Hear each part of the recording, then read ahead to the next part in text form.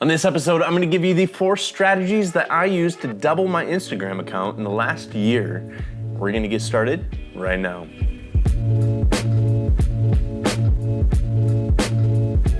Hey, what's up guys? This is Nick from Nick Exposed. I'm sitting here on my living room couch, just kind of hanging. Just got done actually doing an Instagram live video, so thank you guys for tuning in, anybody that did. I've been doing a lot more of these live streams over the last week and have really enjoyed them. So if you're not following me on Instagram yet, it's at Nick Exposed, super easy to find me, and I'd love to connect with you over there. But anyways, I wanted to make this video kind of covering some of the topics of just how I grew my Instagram account over the last year. For the longest time, my account was kind of at a standstill. I wasn't really getting that many subscribers or followers or however you want to label them. But in the last year and a half, maybe, I've been extremely intentional at just a couple different things that have really kind of helped catapult the account to just new areas. So I've over doubled the account. I've gained, I think, about 2,700 new subscribers over the last year and a half. And I wanted to give you guys some tips and tricks on how to do this exact same thing with your own account. So I also made a video a while back, a couple weeks back, to where I was talking about just social media and how we kind of gravitate towards this idea of kind of seeking after likes and the affirmation of likes and followers and stuff like that. So I really want to kind of point that video out. If you haven't seen that one, go check that out, because everything I say here is really filtered through that kind of thought process of, it's not really even about the likes, it's not about the subscribers that you get, it's really about the community that you build around it. So a lot of the strategies that you're going to see today are really based off of how do I build community, and in doing so, natural growth kind of occurs. So getting right into the tips, the first one is post consistently. This doesn't mean you have to have and you could do this, but you do not have to do this. You don't have to have some sort of schedule to where, okay, I post this day at this time. If you work in that way, and if that's easy for you, then by all means, go for it. But at least throughout the week, post a couple different times. When I'm doing a very good job on my social media, I'm typically posting 3 times a day even.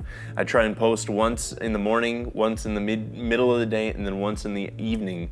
And that's kind of when I see the biggest growth based around that whole thing. But at the same time, if you can't do that, that also requires going out and creating a lot of work, which I can't always do. Right now, I'm posting a couple times a week and still seeing consistent numbers and consistent growth because of that. So if you're someone who goes months and months to where you're interacting with other people's Instagram, but you're not actually posting on your own, and you're wondering why you're not getting a whole lot of engagement and stuff like that, it's probably that you just need to post more consistently. Post a couple times throughout the week at least. And don't be afraid to go back through and kind of recycle some older material. Pull some stuff from the archives and post that up. So this will also force you to get out there and create more work, which is always a good thing. Tip number 2 is reply back to the comments that you get on your photos. I see so many different accounts to where they post up amazing work, but then they don't actually engage with the community when people are actually commenting back on their piece. You know, somebody will go on there and say, hey, great piece, and they just kind of let that comment go by the wayside. And what you're telling people when you do that is, you only care about their likes, you don't actually care about who they are or what they have to say. And I really strongly suggest, I've seen a big difference when I started going back through and commenting back to each and every individual. And not only just commenting back, sometimes I respond back with a question or respond back with some sort of encouragement that I've seen on their feed or anything like that. But really kind of building that community aspect, building the conversation within your comments is gonna, one, tell Instagram's algorithm that it's a happening post and that people are following along, people are engaging with it, you're engaging back with it. Instagram loves that kind of engagement, and they really kind of force feed that into the different streams that they're pushing into. But also what it does is it really connects you with the individuals, and I can't tell you how many people that I've come to know as friends on Instagram just because of just the interaction of back and forth conversation within these comments. So be sure to be replying back to each of the comments that you get on your own photos, and then reply back to the comments that people leave to you in response to you on other people's photos, on their photos. So the next tip is use relevant hashtags. You may have seen, I did a video a few weeks back talking about Instagram shadow banning. If you haven't seen that video, you should go and check it out right now. Instagram has been doing something that's called shadow banning, to where the use of certain hashtags and the placement of hashtags has been banning posts. I didn't actually know that my posts were being banned until I started looking into this, and a lot of my friends fell into that same thing as well. So you probably want to go check out that video, but in that video, I was talking about how hashtags are still very much alive, but the key is using relevant hashtags and then posting them in a way that Instagram is rewarding right now. This could change, and the thing with hashtags is it does change from time to time, but if you're using relevant hashtags, if you're not using hashtags that are just being thrown on and tacked onto your photos because they're popular and you think they're gonna get you a lot of hits, as long as they're relevant to the photo, you should be good. Instagram likes to reward relevant stuff, and really, like, social media rewards this kind of thing all across the board. Facebook and YouTube and anything like that rewards stuff that actually makes sense to the content that's being published versus stuff that's just kind of trying to, I don't know, pimp out certain hashtags, trying to get those types of followers back, if that makes any sense. So a great resource that I'm gonna link to down below is a site called dailypurposes.com. I'll put the link right down below. What this site is it's a hashtag searcher. It's a search engine to where you can put in your keywords, relevant and appropriate keywords to search up other hashtags that fall within that same line. And then you can choose which hashtags you want to include, copy and paste that over into Instagram, and you're good to go. It makes it super simple, super easy. These are all Instagram approved hashtags, so you don't have to worry about your posts getting shadow banned or anything like that. And it's just a quick, easy tool to use. I leave it right open in my browser on my phone, and it's super simple. And tip number 4 is using Instagram stories. This is probably one of the most underutilized tools that Instagram has rolled out in the last year, and it's probably one of the biggest community building tools that you could actually put out there. The cool thing about Instagram stories is you can have a polished Instagram feed and then have a very unpolished Instagram story, and it works perfect. So these work for a lot of like behind the scenes type stuff. And if you ever read the work or the book called Show Your Work, it's by Austin Kleon. It's a fantastic book. I'm probably actually going to do an entire video about that book coming up. But he talks about how people want to see the process behind art. They want to see like what went into making the art that they get to see in gallery spaces or anything like that. And our feeds are essentially these little curated galleries that we're putting out to the world.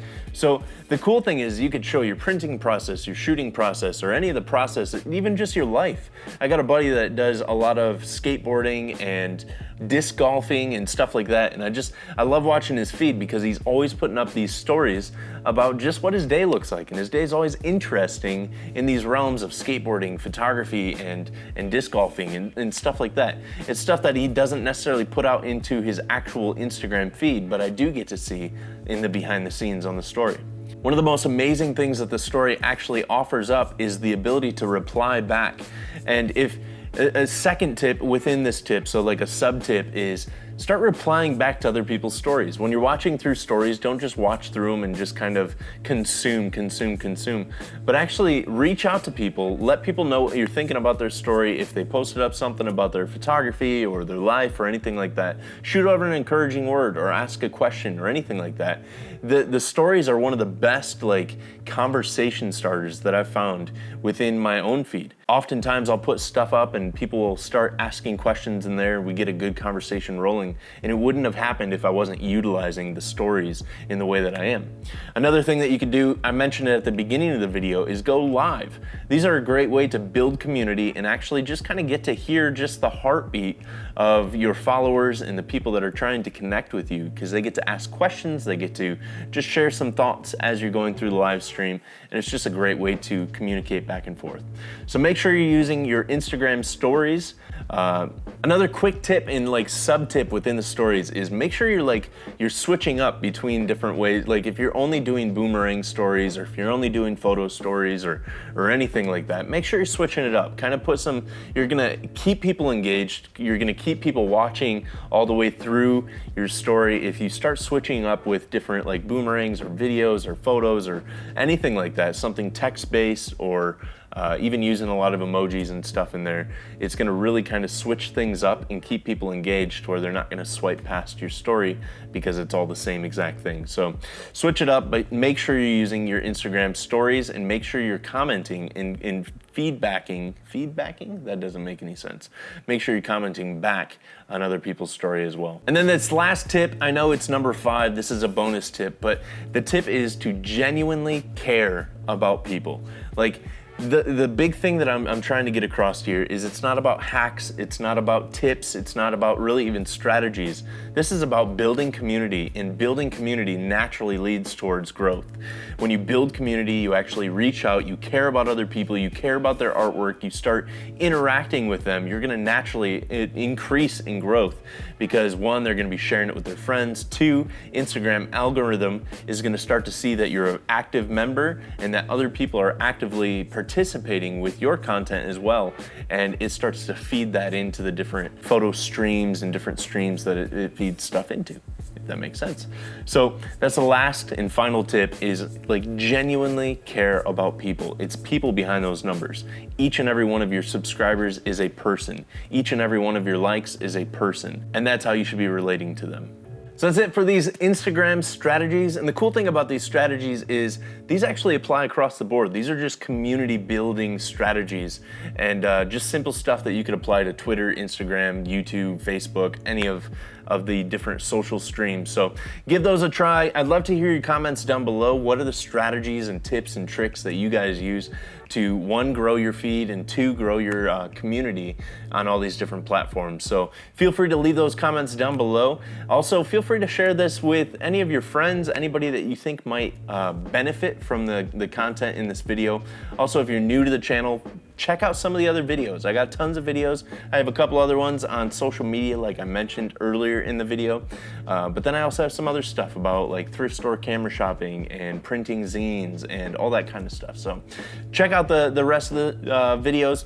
Like and subscribe down below. Thank you guys. Thanks for the constant comments and constant support. And thanks for connecting with me over on Instagram. It's one of my favorite platforms, and I really enjoy connecting with each and every one of you guys. So hit me a DM on there, and let's get a conversation started over on that end as well. So thank you guys. I will see you on the next video.